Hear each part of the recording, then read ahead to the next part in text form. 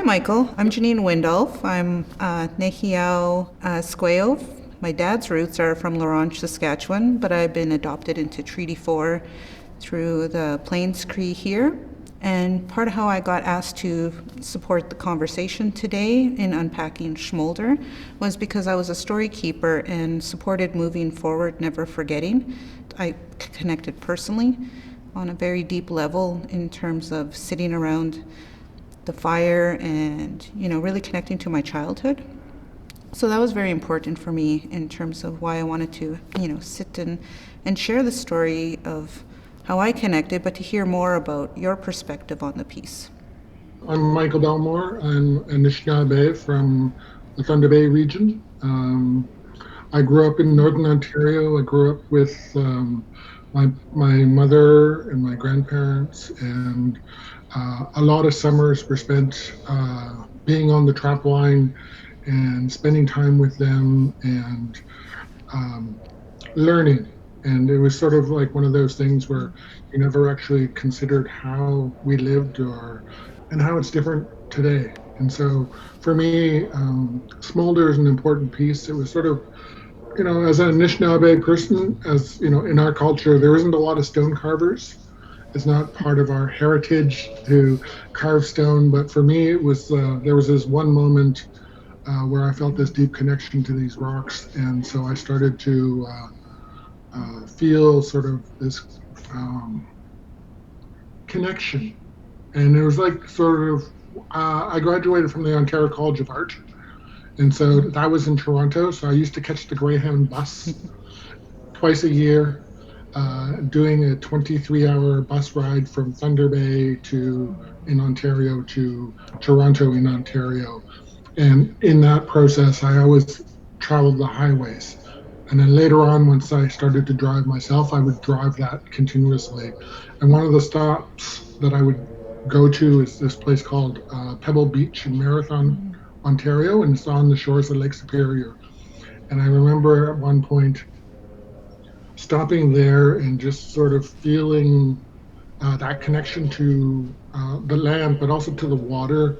I was like looking at the rocks on the shore, and it's like one of those big round rocks, like the Lake Superior, these rounded boulders of granite and all these multitude of colors. And I sort of looked at them, and I just remember watching them roll back and forth, and I could hear this like clink, clink, clink sound of the rocks rolling as the waves receded from the water. And then I was watching this foam dance on the water, and I was just thinking about how that wave informs both the bubbles, but also the rocks, and how you have these two round forms that are created by the same action. And so I felt that connection there. And that's when I all of a sudden was like, oh, I can work with stone. And I became a stone carver, because before that, I was not a stone carver. And so it's something that I came to from an experience. And I think that using materials and processes is an important way of understanding the art itself. So those rocks, while it would be easier if they were made out of styrofoam, could look like a fire in the same way, but it lacks truth. And I think one of the most important things about Smoulder is this idea of truth, or finding truth. And that is found in sort of those quiet moments. And I think, as you've reflected, that feeling of solace, or sort of finding peace within oneself, happens when you're sitting in the cool, cold air of the night, and you feel the warmth of the fire, and you can start to feel it fade, and you feel the light fade, and there's a contentment there. And I think that contentment exists for all of us people, Anishinaabe people, First Nations people, non-Native people, the Neanderthals in Europe. We all feel this idea of warmth from the fire, that it's something that is beyond us. That experience of contemplation that happens in that moment is an important thing. And so for me, that's what the work is about. So it is very much about sort of collecting that small moment that your grandparents knew, that your brothers and sisters know. We all know that feeling. Yeah, that's one thing too that you mentioned, that connection, that universal connection to humanity and in connecting together as a community and especially as a family around a fire. Like that's one thing that I found really translated beyond Indigenous audiences is that they also have those connections too, and that they're now repositioning that value in stories. But one thing that I really love about that piece and what you just mentioned is how rich your memory can be triggered when you're engaging with the piece and sitting around it. Like I feel like there's a part of me that connects to my childhood when I sit there, and how earth and just even the stones, that power that those stones offer in the connection of just this environment you're creating with the piece. And was that intentional, or like in terms of having the stones be part of it? Because you strategically said you didn't use styrofoam. Yeah, well, I think the stones are important because the stone, I spent a lot of time thinking about rocks. It's part of my practice. And, they have a long history. They have a history that's way beyond us. If you take basically the history of North America or the history of the Canadian Shield, and you put in our timeline as far as human existence on this planet, it's like, for the life of the planet, say, is a day, our existence is like 1.2 seconds. Like nothing. We're not, in reality, we're not that significant. And I think that's one of the things that I'm starting to look at, especially in the way of looking at stones, that stones, we think about stones being solid and, permanent.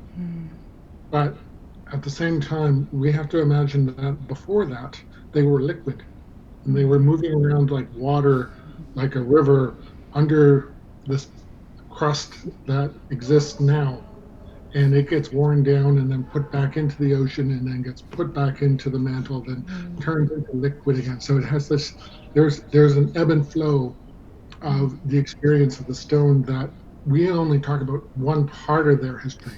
It's kind of like we look at the butterfly or we look at the caterpillar, and the stone itself is actually just in one of its phases. And I think for me, the use of the copper leaf in between the stones and the carving of the stones is sort of one, using the stones to say this is their long history, but also carving and fitting the stones. It sort of makes a comparison to what is community, how we connect as individuals to create a community. That fire doesn't exist on individual stones. Like if you pull out one stone, it is basically it's a stone with these cuts into it that have a copper leaf on it.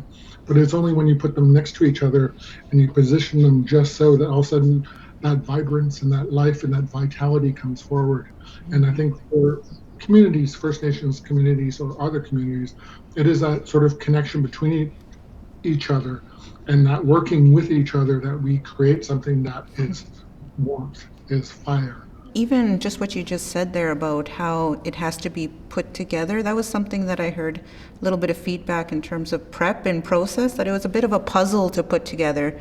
So it wasn't just a easy, there's a thoughtful process in how you actually just describe what you said, like each piece on its own doesn't seem to give that, but together in this puzzle, like it's really amazing. It's like going home for Christmas and, sitting there with my mom, and the family would just put down and we'd make some puzzle, 1,000 pieces.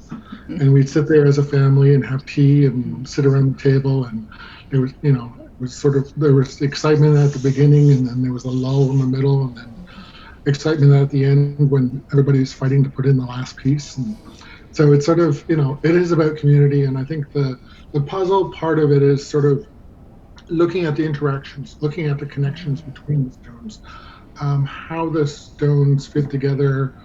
There's no plan. I just start fitting one rock to another. And I guess the easiest way to explain it would be sort of pool balls. If you wanted to fit them together, you could just cut them because they're perfectly round. So they fit together pretty easily. But rocks are not round, but they are round, but they're not perfectly round. So they have convex and concave surfaces. So you kind of, basically just start carving them and then fitting them together and then adjusting them and fitting them together and then adjusting them and fitting them together and just keep doing that until they fit together so that they look comfortable. And then that's two rocks. Now put in the third rock, then put in the fourth rock and the fifth rock, and then it starts to get really complicated and it's you don't think about it. It's like one of those things, it's to use the word Zen like where you just make it happen and you just work at it and you just make it happen.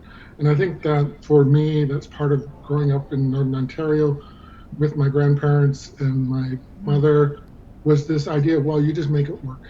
You just make it happen. And so it's just this process of carving and fitting them together. And eventually I collected enough stones of the right size and shape that felt good. And I carved them so that they looked comfortable. And so for me, that was the important part. And then to put the copper leaf in between, in a way, is partly about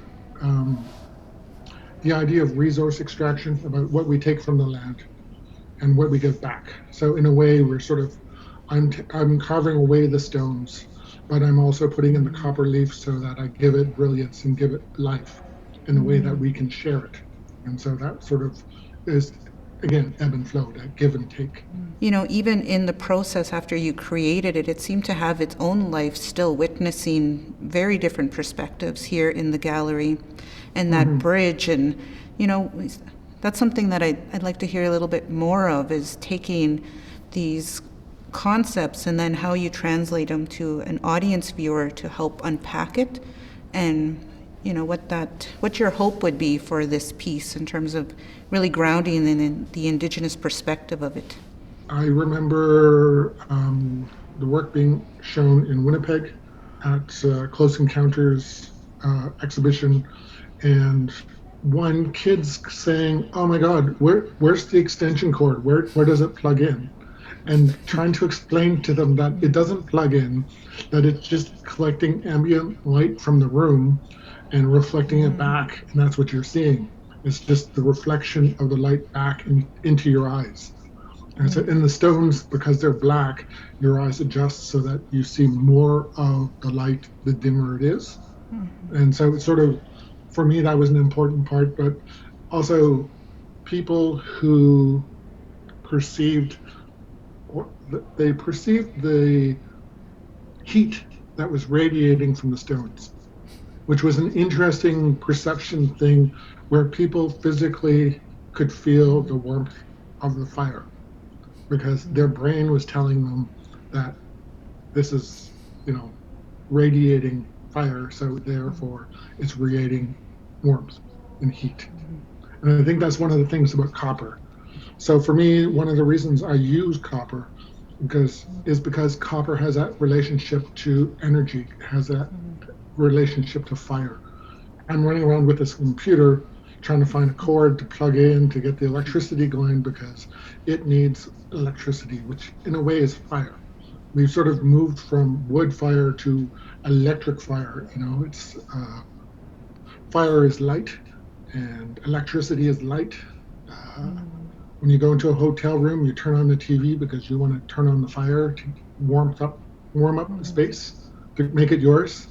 And so you turn on the TV as a way of being comfortable.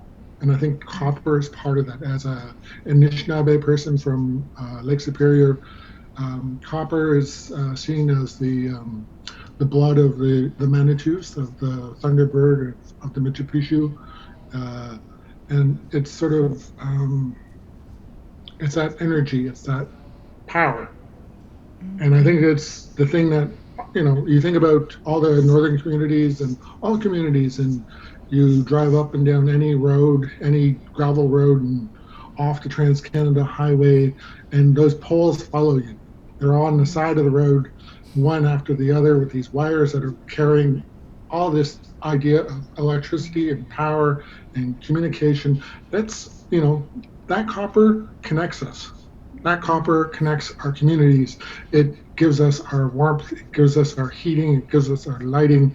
So for me, that's part of what is encapsulated into the work like Smoulder, where you're finding that warmth, that community. My paternal side is Woodland Cree, and the rocks everywhere. And what you were saying too, like the copper, reminded me of like the little glistening you see in the rocks there. And then when I moved down to Regina, there wasn't very many rocks around here, but the spirit of the grandfather was more talked about than it was up north.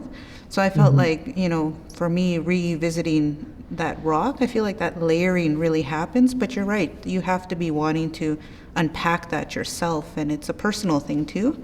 And it's also connecting with the story. So, it's a really powerful piece in terms of, how I engaged in it. And then also, when we did bring community, those who really sat around and shared stories, it took another essence. And I felt like I really got to know people sitting around that piece, their family stories, and then that universal connection to fire really happened. Like people would share, no, we did this too where I come from. And it really did hit home, like this was universal way before even I was born, back into the caveman days. So, it's a very important piece, and I think it's a connector piece. Because I know being an Indigenous artist, I think people think that's our only audience. But in reality, we want to share our teachings and have people, those who connect, unpack it in a deeper way. But, for others, it's going to take work, personal work, to see the vision in a different way, like to embody it. I remember showing my brother images of my work, and I was like, oh, because my family, likes to see what I do, that I have a career, and I don't have a job, I have a career, which is, important. I remember when my oldest sister first said that, and it was like, okay, Michael's going back to, Toronto to become an artist and to, further his career. And I was like, wow, my sister, just my sister who raised me, it was like, wow, I have a career as an artist. It's like, wow, it felt good. But I remember my brother saying, I was showing him images of the opening and people standing around the piece. And then he was like, he just started laughing and he started smiling. He goes, do you see how their feet are standing? And I was like, what do you mean? And he was like, well, see how they position their feet so that they don't stand square to the work? He goes, if you stand and look at a painting, you stand square to it. Your feet are square, you look straight at the painting. He goes, but your sculpture, everyone stands with one foot off to the side and they turn their body slightly to the side. And he goes, that's because that's what you do when you stand around a fire. Because nobody stands square to a fire, because if you fall over, because it draws you in, one of those things where that's one of the magic things about fire is that you start going towards it. And it was like, so your body intrinsically turns to the side so that if you were to fall, you fall to the side of the fire, not into the fire. And it's like, that's one of those things that is intrinsic characteristic of the human body, telling your survival mode. It's like, don't fall into the fire. And so it was like one of those things where I was like, that people do respond to the work in a intrinsic way, in a holistic sort of, doesn't matter what language you speak, we can all feel that same experience. And I think that's an important part of the work.